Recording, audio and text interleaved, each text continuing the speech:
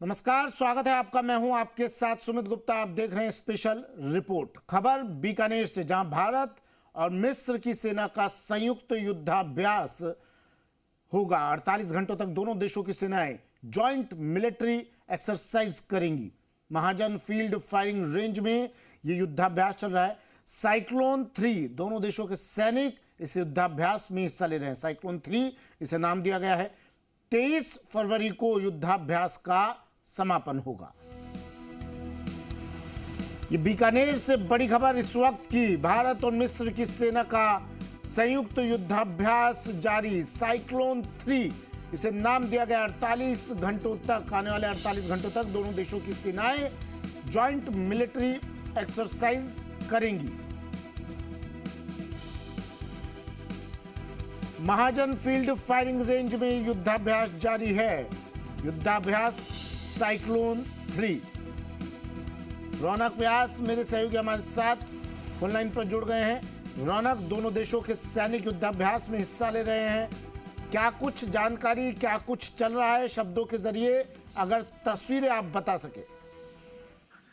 जी बिल्कुल, देखिए सुमित, महाजन का फील्ड फायरिंग रेंज है देश का ही नहीं बल्कि पूरे एशिया का सबसे बड़ा फील्ड फायरिंग रेंज है, जहां हर वक्त भारत की सेना और अन्य देशों की सेनाएं जो युद्धाभ्यास करती है। इस बार बात की जाए, भारत और मिस्र की सेनाएं जो है वो अपने तीसरे संस्करण यानी साइक्लोन 3 के जरिए जो है अपनी दक्षता और ताकत जो है वो दिखाने की कोशिश कर रही है।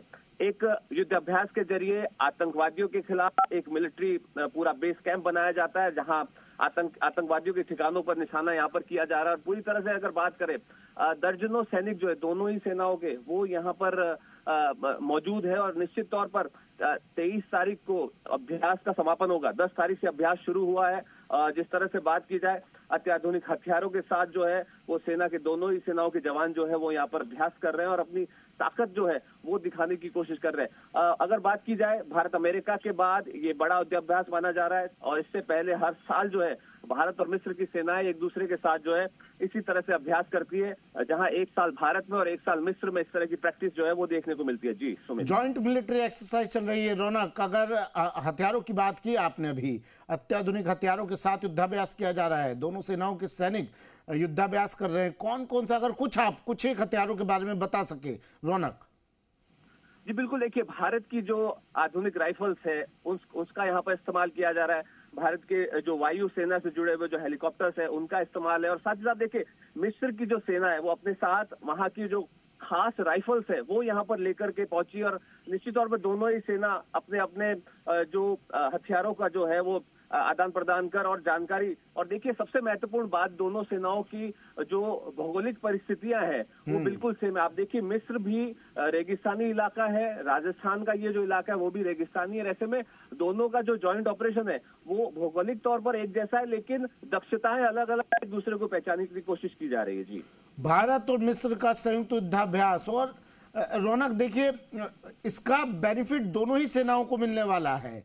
भारत को मिस्र के हथियारों के बारे में, उनकी टेक्निक्स के बारे में जानकारी मिलेगी, तो मिस्र को भारत से बहुत कुछ सीखने को मिलेगा। रौनक जी बिल्कुल, आप देखिए जो भारत और मिस्र के बीच में जो अभ्यास ये चल रहा है, देखिए जिस तरह से सीधे सीधे तौर पर जो आतंकवादियों के खिलाफ इस अभ्यास को माना जा रहा है। दूसरी तरफ आप बात करें, चूंकि बॉर्डर से सटा हुआ रेगिस्तानी इलाका है, पूरा खुले तौर पर अगर बात करें, वो कहीं ना कहीं एक दूसरे के लिए जॉइंट ऑपरेशन यहाँ पर किया जा रहा है। एक पूरा काल्पनिक गांव यहाँ पर, जिस तरह की जानकारी हमारे पास है, वो यहाँ बनाया गया है, जहाँ अलग अलग तरह से जो प्रॉब्लम्स वॉर के तमाम उन उपकरणों के साथ की जा रही है। और साथ ही साथ देखिए जो प्रोटोकॉल है एक दूसरे सेना के बीच की, उसको यहाँ पर ध्यान रखा जा रहा है।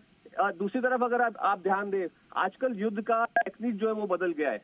एक सेंटर यहाँ पर बनाया गया है, टेक्निकल सेंटर बनाया गया है, जहां से बैठकर तमाम अधिकारी फील्ड में किस तरह से दोनों अभ्यास कर रहे हैं उस पर कहीं ना कहीं नजर बनाए हुए। तो कहीं ना कहीं आप देखिए बड़ा अभ्यास है और निश्चित तौर पर दोनों ही सेनाएं अपनी दक्षता दिखा रही है। जी, कई बार ऐसा होता है रौनक, इस तरह के युद्धाभ्यास के बाद हम तस्वीरें देखते हैं, महीने भर बाद, 2 महीने भर बाद कुछ कारतूस या बम या फिर तोप के गोले या बम, कुछ ऐसे जिंदा कारतूस दूसरी जगहों पर आसपास के गांव के पास मिलते हैं।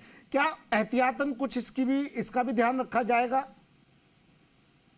जी बिल्कुल, देखिए आप देखिए बहुत सारी ऐसी घटनाएं खबरें आती है जब जो स्क्रैप होता है युद्ध अभ्यास के बाद वो ग्रामीणों के द्वारा वहां से लाकर शहर की तरफ बेचा जाता है, लाया जाता है।